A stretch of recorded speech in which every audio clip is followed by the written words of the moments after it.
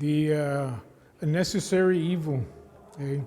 In high school, there was the group that I ran around with and so forth. Toward the end of graduation, their senior year, there was only two things that we could think of. Three things. You either got married right away, you went to work, or you went in the military. Back then was the draft. As soon as you turn 18, they shuffled us down to the old post office where the recruiting officers were, or where the selective service was, and you signed up for it. See, I had joined as soon as I graduated in the early part of June. We enlisted in the latter part, or I enlisted in the latter part of June, but we didn't leave until late September, early October, and I joined the Navy. Okay? Not knowing, initially we were going to go in the Marines. The group of about 11 of us were going to go in the Marines, but the Marines wanted us to go the very next day that we went into their office. And that was kind of hilarious because there was a chief that was standing there at the door saying, "Hey, by the way, I got this delay program." Everybody just got up and walked over to his office. The Marine Corps sergeant was extremely upset with that situation there. And sure enough, we all left in the late September and October. Got out, got assigned to sea duty. Okay. And I reported to it. I was assigned to an old World War II carrier, the USS Yorktown, which was sunk in the Battle of Coral Sea during World War II. And it was still, it had just come back. When I reported, it had just returned from a Vietnam tour. Now, the Vietnam tour for the United States Navies was usually 6 months, maybe 7, depending. We were up in what they called Yankee Station, which was on the Tonkin Gulf, the north coast of the coast of North Vietnam. And our responsibility there was support. Our planes did all our fighting for us. And then we were with a detachment of other carriers and battleships and cruisers. And basically, every now and then they would call us inside the international waters limit to provide support. We did that in May of '68 while the battle for a way was going on. Things were going very, very bad then. And we had already sustained casualties. We had 2 of our planes were shot down in one of the sorties. So forth. We stayed there for a while, and then we were relieved of that. And then we would every 30 days or so, we would go to a different port for what they called R&R.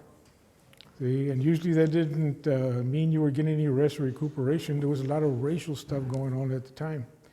A lot of fighting, a lot of disagreement with the good old Southern gentlemen from the Alabama and from Georgia and from the North Carolinas. There was always a lot of racial conflict going on there as such. But on duty, there was always, whenever there's flight operations, there's always accidents. Someone always gets killed or gets seriously injured, see? And because we had it constantly. When you were there, you didn't sleep. They dogged the watches in the afternoons between 2 and 4 o'clock so they could change. Because you were on what they call Condition 3 wartime cruising, which means you were on watch 1/3 of the time, the rest of the time you worked. And whatever it is you did. I was a bosun mate, so we were in charge of the boats. I was trained as a coxswain. See, I could drive those PBRs and those, what we call those LCVPs and those LVNs, which were being used in the brown water. Okay?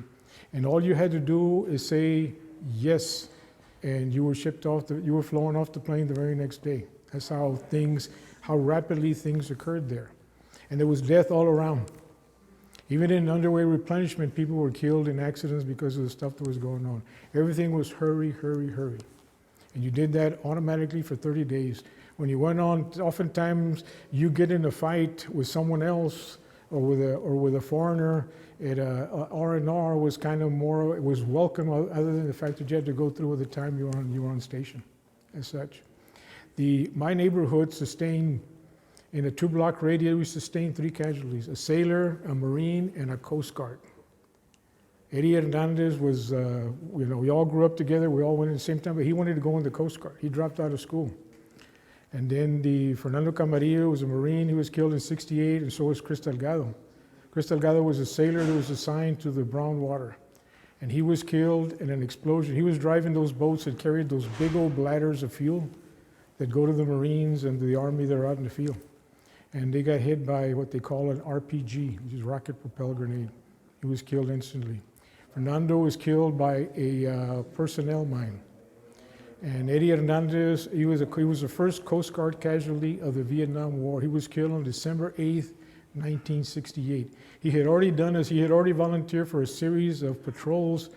But they were not on a protected boat. They were actually in Boston whalers.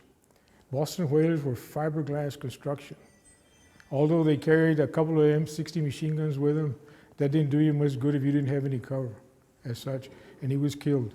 The reason why I mentioned Eddie is because 45 years later, the Coast Guard named a ship after him.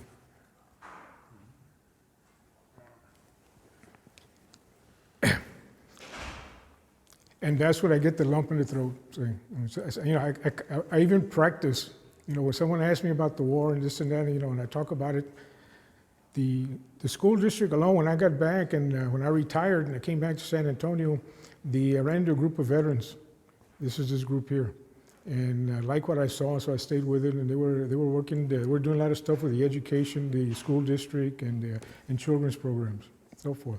And then I learned that they have the number of casualties that were sustained by that school district. And I took it upon myself, because of the academic background I have, to do the research and write their stories. Tremendous amount of casualties for such a small neighborhood, yeah. And it was, and the stories, I've already written 11 memorials of the 55, and each one of them is a heart-wrenching one. Okay? When you find family, or you talk to someone who served with them, or you look at some of the letters that they wrote, or their old girlfriends who still remember them, that kind of stuff. It's kind of puts you in an emotional state there for the most part. The Vietnam War was a necessary evil, no doubt. We came home. That was another story. No one there to greet you or to welcome you home. Okay? My folks had moved to Los Angeles when I came back to San Antonio.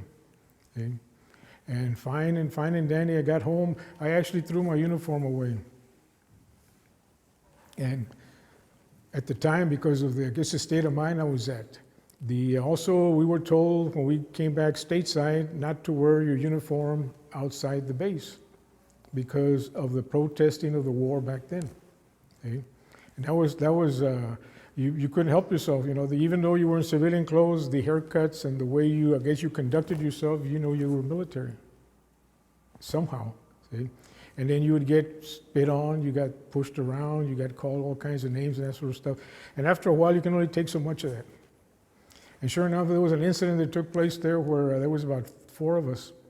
It was 2 Marines and 2 sailors. We were going on liberty, what they called it. And we walked out, and sure enough, they got really nasty. I think they must have been either on drugs or drunk or something. So we fought back. And of course, civilians don't stand a chance with soldiers, Marines, or sailors, so that sort of stuff.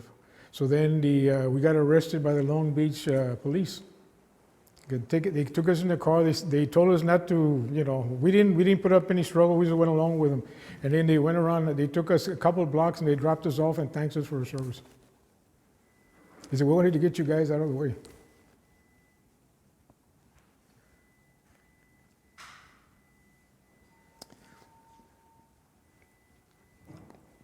And now I gotta suck it up.